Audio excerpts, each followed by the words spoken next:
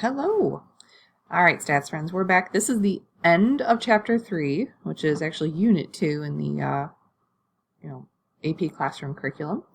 We're going to be transforming to achieve linearity. So you're going to see some examples of data that, when you look at the raw data comparison, there's no such linear relationship. It seems to be something else. So we can use some algebra tricks to transform the data so that it behaves linearly, which I think is kind of wild. There we go. There are just a little bit of like algebraic manipulation that's going to come up here from your Algebra 2 life. Don't get hung up on that. And really, as far as the AP exam goes for the content that we're about to show you, they're not really going to ask you to do the transformations themselves. They're going to ask you to interpret it, which we see quite a bit as far as we go through the AP curriculum here. So transforming to achieve linearity, really scary sounding name. So here we have some data for income per person plotted against life expectancy for that particular nationality, it looks like, country. So notice this data, definitely not linear. I mean, it's got this weird kind of hook to it. And we see this a lot with any data that involves money because there seems to be a big disparity no matter where you are. So each of those circles indicates a geographical region, and then they've grouped the countries. So they're giving you a nice visual for this. Bigger circles indicate larger populations. So just like everything else with money in the world, we notice that there's a lot of people clustered in one area of the data, and then as you get to higher and higher income levels, that goes to very few number of places, in this case, number of countries fall into that outer branch. So the relationship between life expectancy and income clearly is not linear. So what do we do? Because that's all we've learned so far is how to work with linear. So we can actually straighten them out using logarithms. That's a friend from Algebra 2, huh? So if we were to take just the logarithm of all of your explanatory variables, so instead of the original values, the logarithm of them, and then plotted that against the life expectancy as we had, you're going to see something that looks much more linear. And then maybe we can use our knowledge of linear regression to answer some questions and make some predictions. So when we refer to logarithms, we have the common logarithm and the natural logarithm buttons that are easy to access on our calculator. And remember, just a little reminder from algebra, a common logarithm is a base 10 logarithm, and a natural logarithm is a base e logarithm. So applying a function such as a logarithm, or sometimes square root, to a quantitative variable, this is called transforming our data. It amounts to changing the scale of measurement that was used when the data was collected. If I kind of go back a slide real quick, I don't know how much you remember about logarithms, but when you apply a logarithm to a number, it shrinks the number down quite a bit. So if you go back even further and we look at the original data, there we go. Our income, it's spread out really far out to the right. We had some countries with much higher income per person than the lower countries where everyone was clustered together. So when they went ahead and they took the logarithms of all those, that kind of scaled the data back in the x direction quite a bit, and it created this more linear shape. Remind me in class, guys, if I can find it. There's a really cool, I guess it's a video at this point, but it's an application that right when COVID started, the question was how do we know if we're doing better? How do we know if we're beating COVID? And they did this same sort of transforming to linearity idea using logarithms. So remind me to go find that, okay? Yeah, where are we at? So consider a power model. A power model would be something in this form where you have a coefficient and then times x to some power. X to the third power, fourth power, it could be anything. If we transform the values of the explanatory variable by raising them to a power, then we would be graphing this. So x to the p power equals the original y, comma, the original y. And we could have a scatter plot that should actually have a linear form. Because both of your variables are kind of behaving the same way, you're going to see more linearity in that case. Again, don't get hung up on the algebra part of this. That's not really our job in stats. So here's an example from your book about fish. So imagine you've been put in charge of organizing a fishing tournament in which prizes will be given for the heaviest Atlantic Ocean rockfish caught. You know that many fish caught during the tournament will be measured and released. You're also aware that using delicate scales to try to weigh a fish that is flopping around in a moving boat is probably not going to have very accurate results. It would be much easier to measure the length of the fish while on the boat. What you need is a way to convert the length of the fish to its weight. So you contact the nearby marine research laboratory and they give you some data on existing, this is existing data of length of a rockfish versus its weight in grams. So here's the scatter plot, and right away we can notice that that data is definitely not linear. It appears to have some sort of a curve to it. If you want to like dig back in your algebra brain, that does resemble what we know as a power function, some sort of a polynomial, x to some power.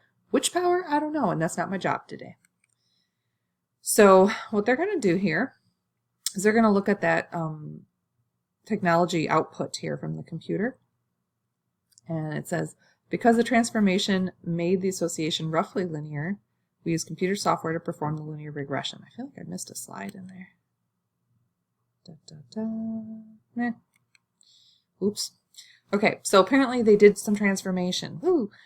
So what they're going to do is they took the y value and kept it as the weight, but then they took the x value and they took the length and cubed it. So they applied the third power. And you might be wondering to yourself, like, why?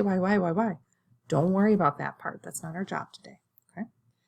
So give the equation of the least squares regression line, define any variables that we use. So here's the computer output, and this is again after they've converted and transformed the data. So you'll notice over here it says length to the third power. We have to kind of remember that. So spoiler alert, here comes some answers. The predicted weight of your fish is found by, here's the intercept. Remember, in this computer output, the coefficient constant is the intercept, the y-intercept. And then plus our slope coefficient. But then notice in the formula, it doesn't say times length like we would expect in a linear regression. It says length to the third power. So whatever transformation that we incorporated to our data, we have to also incorporate that into our formula. Now the follow-up question, we did have to define variables. I don't know if they did that. Well, I guess they just wrote the variables out. That was nice. All right, so part B says, suppose the contestant in a fishing tournament catches an Atlantic ocean rockfish that is 36 centimeters long. Use the model to predict the weight. So they went to our model for predicted weight, and they, quote, plugged in, not the official term, but plugged in 36 centimeters into the length. But notice how they kept the factor of it being cubed, because that's part of our formula now. So when they compute this on a calculator, I'm sure, this comes out to about 688.9 grams. So a rockfish with a length of 36 centimeters is predicted to have a weight of 688.9 grams. Now, how did that, go with like real life? I don't know. It's not our job today. We're just transforming data. All right, consider a power model in the form y equals a times x to the p power. So same idea. Graphing the points should, is this the slide that was supposed to be up earlier? Whatever. Okay, so what they're showing you here is this first scatter plot is what they did with the fish. So they took the lengths and they cubed them. But then someone came through and said, hey, an equivalent way of transforming the data would be, instead of cubing the x value, what if you cube rooted the y value? And that would take away that polynomial, that power factor that you had. So these are equivalent ways of transforming data. And sometimes it's just a matter of what do you think of first, and sometimes it's a matter of like what's easier for you. And for, like I said, for AP Stats, it's not really a matter of either, because we're not going to be doing either. So notice what they did here. Same rockfish problem, but this time for the y value, for the y variable, they cube rooted all the weights and they plotted them versus the lengths. So this time kept the x value the same, but they cube rooted all the y values. So computer output here, you'll notice we have a different line, which makes sense. We have our coefficient constant, so the y-intercept right here, and our, there we go, the slope is right here. So when they ask me for the equation, notice what we have here. We have not just the predicted weight, but the cube root of the predicted weight equals, and then your intercept plus your slope times length. So the key difference, this was the exact same problem, it's just how they transform the variables is why we're getting a different equation. So now, same problem, 36 centimeter long fishy here. So if they were to plug in a 36, what happens is they get a number over here on the right side of the equation, 8.856, but we had to remember that this was the cube root of the predicted weight equals 8.856. So in math, if you have to, quote, undo a cube root, then you have to cube both sides. So we had to take it to the third power. And you know what, guys? We got almost the same exact answer. It's weights of fish, and we're predicting them. So the predicted weight of this fish is 694.6 grams. So pretty cool. And I would be curious, if I had actual data, trying to figure out, which one had I think we can't say which one was better, Bruce. Oh, you have your R squared values. So this is, wow, 99.8%. Okay, go back. What was the R squared over here? Oh, you know what? That was darn good too, 99.5. So I guess it doesn't matter. That's what we're saying. Oh, remember, there was a little rounding and truncating in that problem too.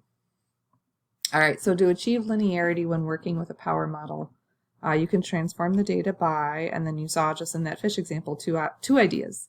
You could either raise the explanatory variable to whatever that power was, and that'll equal things out, or you could undo the power on the y variable, the response variable, and that'll make them even out.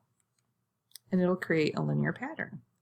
Now, you had to know that that was that particular power pattern, and if you're not sure, then you might, like if you were tasked to do this, and maybe we will do this for fun, I don't know what we'll do in class, but someone looks at that scatter plot from the beginning of the problem and right away goes, oh my gosh, that's a power function. And some kids look at that and go, oh my gosh, I have no idea what that is. So they kind of guess and check their way to figure out what it is. That, again, that's not the focus of our stats class. Our focus is how do we interpret the results once we make those changes. So when transforming data to a power model, what if you have no idea what P to use? That's a great question, man. Because how did I know it was cubic? I don't know, maybe I thought it was quadratic. So the scatter plot of the logarithms of both variables should also produce a linear pattern. So you'll often see using logarithms is the way to go for us because, man, I don't often know off the top of my head that that was a cubic pattern, polynomial, or, was it to the fourth power? I have no idea. And I don't really want to waste my time. So this is kind of a fun experience. They're going to show you what happens if you take logarithms of both sides of this power equation. So this is kind of reaching back into the algebra brain, talking about logarithm properties. So hang with me for a minute. If you were to apply, and they use the common log here, the common log to both sides of this equation. So that's something we can do in math, right? Well, on the left side, nothing happens, but on the right side, they use the product property, where's my cursor, there we go, the product property of logarithms, and they split this up into an addition of two logarithms. Then they remembered what's called the power property of logarithms. So the power in the next line is going to come down to act as a coefficient to that logarithm. Remember, this is called expanding logarithms from Algebra 2. So here we go. We have log of y equals log of a, which is just going to be some number, and then plus p times log of x. Now, I don't know if that's ringing any math bells for you guys, but that formula could be misinterpreted, or could be interpreted as an equation of a line in slope-intercept form. I know it's weird because it's not y, it's log of y, but the same idea. So you have something equals a number plus a number times a number. Isn't that exactly what slope-intercept form has been for us this whole time? So that is what happens when you take a logarithm of both of the variables. And again, they chose the common log there, but we could have done that with natural logs as well. All right, so the preceding example talked about those wonderful rockfish. Man, I've learned so much about various things in the world through this book. I didn't even know a rockfish was a thing. All right, so once again, we have that scatter plot. And then this time, what they've done is they've taken the logarithm of both variables. So both the explanatory and the response variable. Wowzer, is that linear. Look at that R squared value, guys, 99.9%, and look at that hot mess of a residual plot. Now, I know something weird kind of looks like it's happening here, but I think we can agree this is a pretty hot mess. So I think that was a really good fit. So they transformed the data using logarithms. So based on the output, would it be reasonable to use the power model to describe the relationship between weight and length of the rockfish? So the scatter plot of log versus log, log of the weight versus log of the length, does have a linear form, and the residual plot is pretty scattered. So power model seems reasonable. So what they've done next for part B is they've taken their y-intercept and their slope, and they've placed it into an equation with context. So the this is confusing. The log, I don't know how to say this easily here. The predicted log of the weight, I guess, is how we would read that. That's confusing. Sorry. Equals the y-intercept plus the slope times the log of the length. Okay? So now we're going to use, remember that 36 centimeter long fish? Let's figure out how much he weighs according to this predictive model. So what they've done is they've plugged in the 36 for the length, and they've computed this side of the equation here. They just cranked that in the calculator, and they got 2.8464. Now this is really reaching in the brain, guys. When you have a common log of a variable equals a number, and you have to, quote, get rid of the common log, what they're doing here is they're exponentiating with the base. Remember, common logs have base 10. So they kind of shove a 10 underneath both sides of the equation. 10 to the log base 10 cancels out, so you just have predicted weight. And then over here you have 10 to this power, which of course is something I'd have to type on my calculator. Turns out it's 702.1 grams. So again, we have a different, predicted weight here because we have a different model. And again, I'm thinking this one's pretty good. This had the best R-squared value, so this is what I might go with as of this point. That was a lot of algebra, okay? I know some of you are like, I don't remember that. We could definitely talk about it more in class, but it's not going to make or break you here in AP Stats. All right, so what if you have what's called, and by the way, this is probably the beginning of day 2 if we're doing this in class, just FYI. What if you have what's called an exponential model? So an exponential model, the algebra of it is in the form a times b to the x power. So notice this time, the explanatory variable x is up in the exponent position. That's the big difference here. Oops, back up. A scatter plot of the logarithm of y against regular old x should produce a roughly linear association. So this time you're going to be keeping x as it is, and you're only going to take the log of the response variable, the y. Let's talk about why that is going to work for us. So if they were to apply a logarithm to both sides of this equation, and again they went with common, what's going to happen is they're going to use the properties of logs on the right side. They're going to split up this multiplication problem right here into the log of a plus log of b to the x. And then they're going to use the power property to have this x come down in front. Oops, wrong arrow. There we go. So we have log of y equals log of a plus x times log of b. So remember, some number, and then x times some number. So this part of the equation doesn't have logarithms really, essentially. It has like a gross number plus a gross number times x. So the only logarithm left in your algebra is over here on the the left side of the equation surrounding the variable of y. Again, don't get hung up on that part. That's just for you, really interested souls who just love to learn about how logarithms work. That would be me, I suppose. All right, so here we have a new example. We have Gordon Moore, one of the founders of Intel Corporation, predicted that in 1965, the number of transistors on an integrated circuit chip would double every 18 months. Okay, so that right there is an exponential hint. If you're going by a factor every so often in time, that's an exponential. This is Moore's law, one way to measure the revolution in computing. Here are data on the dates and the number of transistors for Intel microprocessors. Now the data is not sitting here because there's just a lot of data, so they took it out. Here's the scatter plot. That's what we want to look at. Now clearly, guys, this is not linear. And if you remember something from Algebra 2, can you tell that this is an exponential growth? So the shape of the scatter plot was kind of a dead giveaway to us, like, man, that sure does look like an exponential growth. So we're going to be using this sort of transforming to linearity, like they just discussed, where we take the log of the y. So what's going to happen is they're going to take the logarithm of this axis data values here, so all the y values, and it's going to pull the data down so it looks more linear. That's the exciting part. Woo, look at that. Okay, so this is what happens. Now this is also kind of interesting. Oh, I need to back up a minute. Okay, so here's a scatter plot when they applied the natural logarithm, you know, the one that says ln is a base e logarithm, to the y values.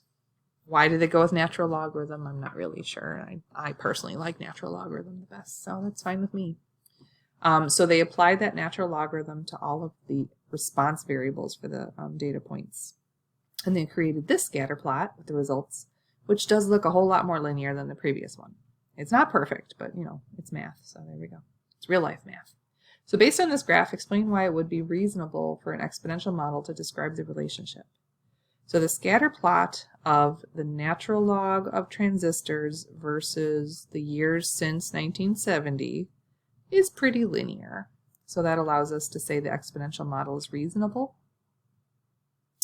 So here's computer output. Again, now that we've done that to the data, we've taken the natural log of the y's.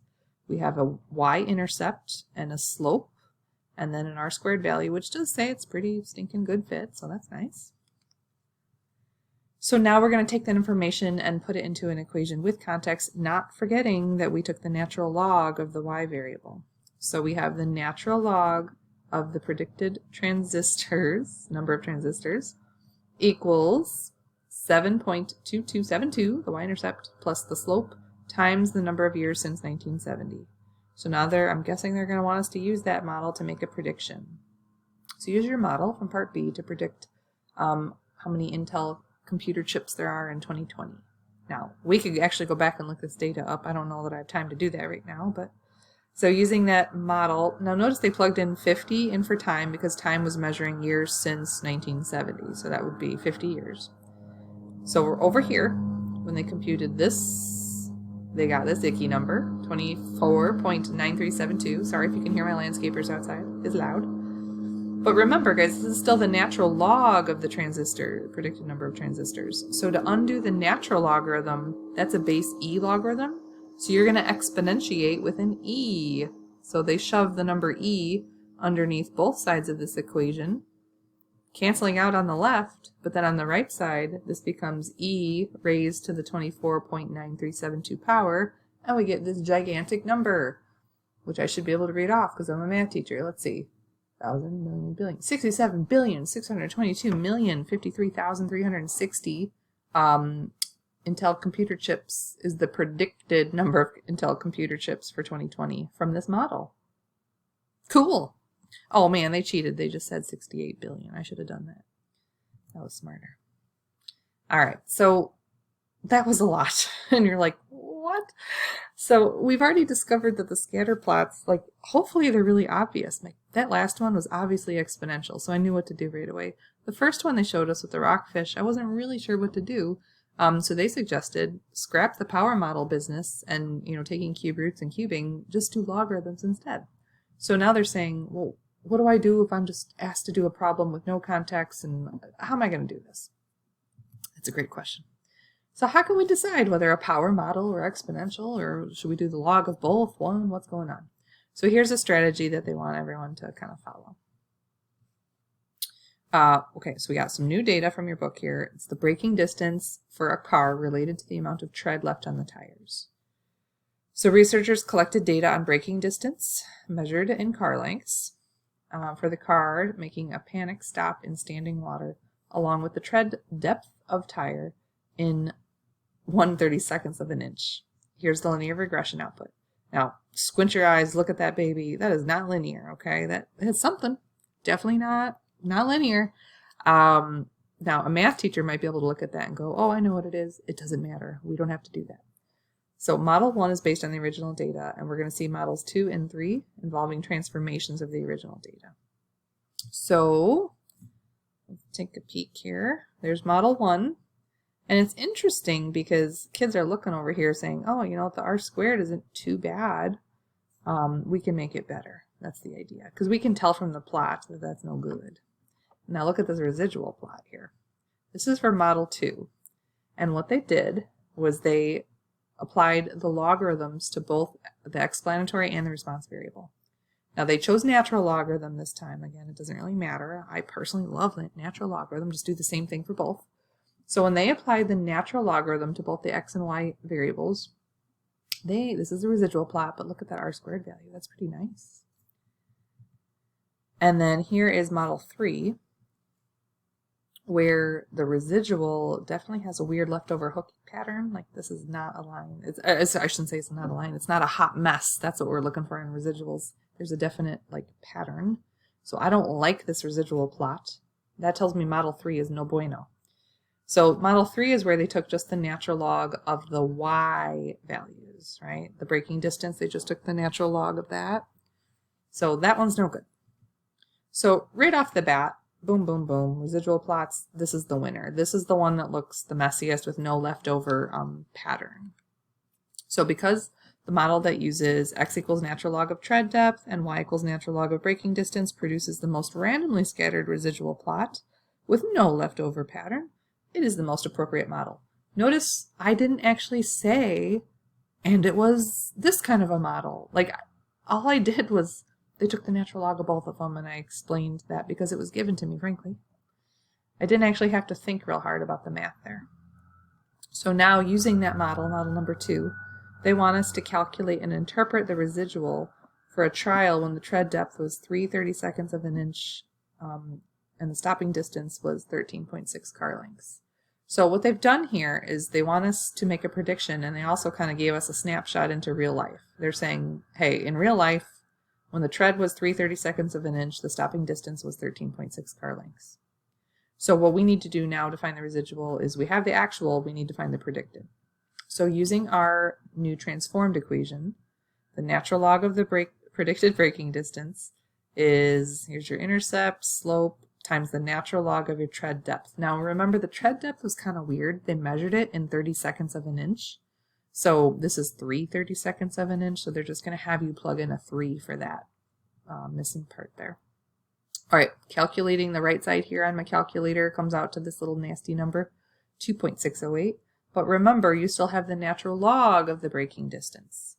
So what you need to do now is exponentiate with an e on both sides. My cursor keeps leaving.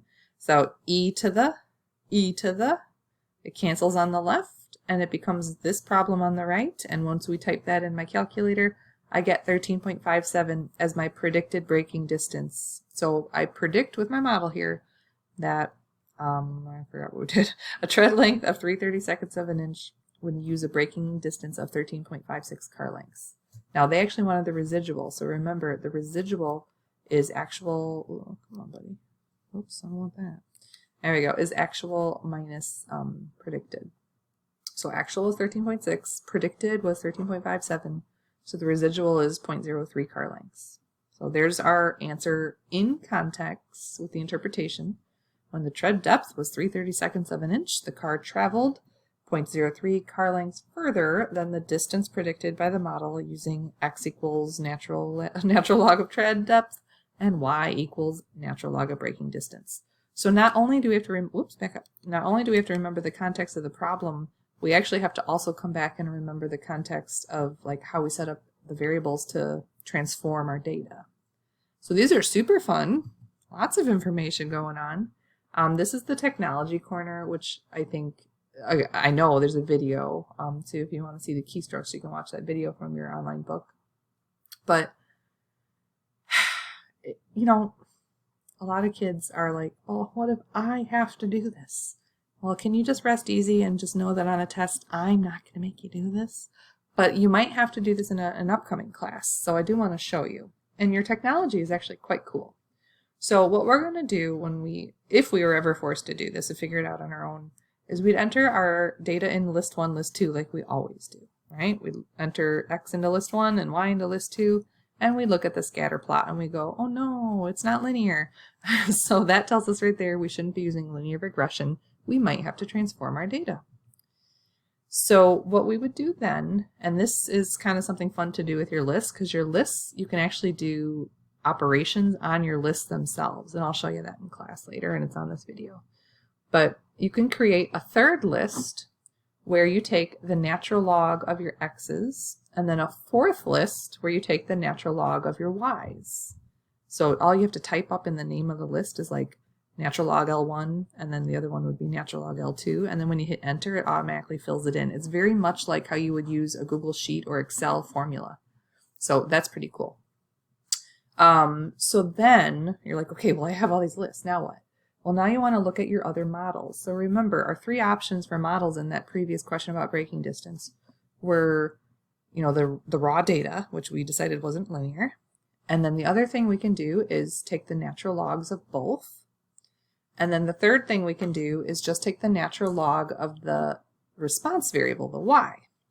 So here, this is what happens when they plot natural log versus natural log. Man, that's nice and linear. And this guy here is x versus the natural log of y. See, it says plot is L1 versus L4. Not as linear. So winner, winner, chicken dinner, model 2 over here is the best one. So once we decide, okay, that is the best one, then you go ahead and perform the linear regression using those lists. You got to make sure you give it the right list. So in that case, we want L3, L4.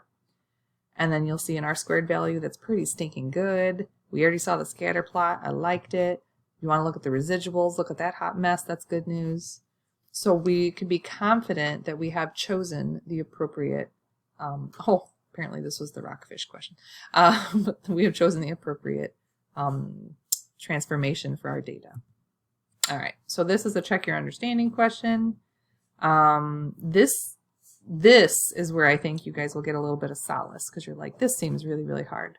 Well, the questions that you're going to be asked on the AP exam are not going to make you go through all those steps. They're going to basically give you information that you get to interpret and make a decision about. So we have a very uplifting problem here about life insurance. It's a sad fact, guys, everyone will die. I think you know that. Many adults plan ahead for their eventual passing by purchasing life insurance, and many different types of life insurance policies are available. Now, I don't know how rewarding this job is, but guys, there is so much math involved in actuarial science. It is intensely heavy in math and statistics, and you get paid a ton of money to do the calculations and come up with the models. So if this interests you, then dive deep into the life of an actuarial scientist, an actuarist. God, I can't say that right. Many different types of life insurance. Okay. So some provide coverage throughout an adult's life, whole life, and others only last for a specific number of years, called term. And policyholders make regular payments, called a premium, to an insurance company for the return and coverage.